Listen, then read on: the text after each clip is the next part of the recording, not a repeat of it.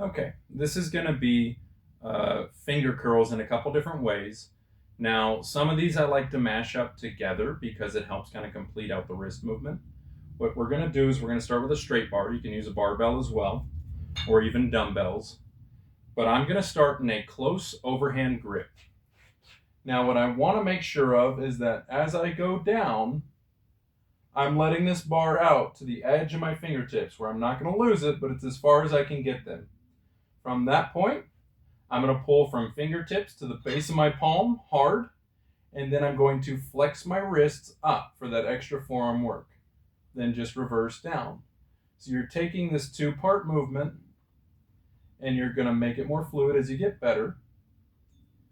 So base of the palm with the fingers, and then a wrist curl up, and then reverse. This will ensure that you're getting a full range of motion on what you can here. The second variation here is actually going underhand.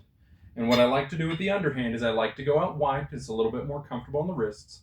We're going to do the same thing. We're going to go out to the edge of the fingertips, pull to the base of the palm, and curl the wrists up. So in this sense, you're going to need to be a little bit more careful so you don't lose the bar. But base of the palm, curl the wrists up. And this will feel in a slightly different part of the forearm than the first one did.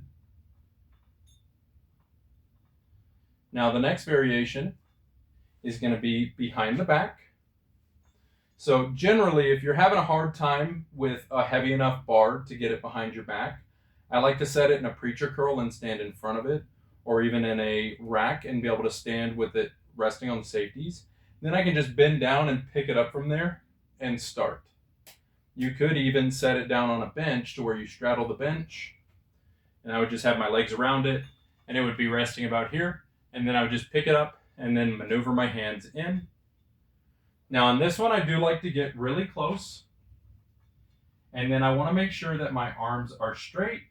My wrists are able to work and hold on to my butt cheeks. That way they have somewhere to pivot off of.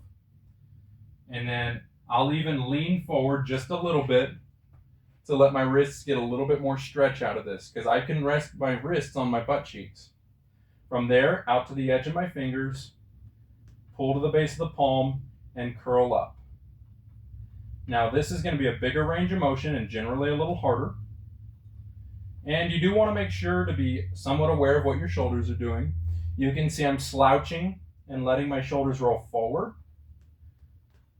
And that's going to help my arms hit a slightly different part. If I rotate back and keep higher posture, I might feel this in a different portion of my forearms. Really, the big part with the shoulders is just make sure that your upper back, lower back, and shoulders are comfortable. So you can go forward, you can roll back. It'll make a little difference in your forearm work, but not huge. Just look for the comfort there. And when I'm done, then I can just set it back down wherever I had it.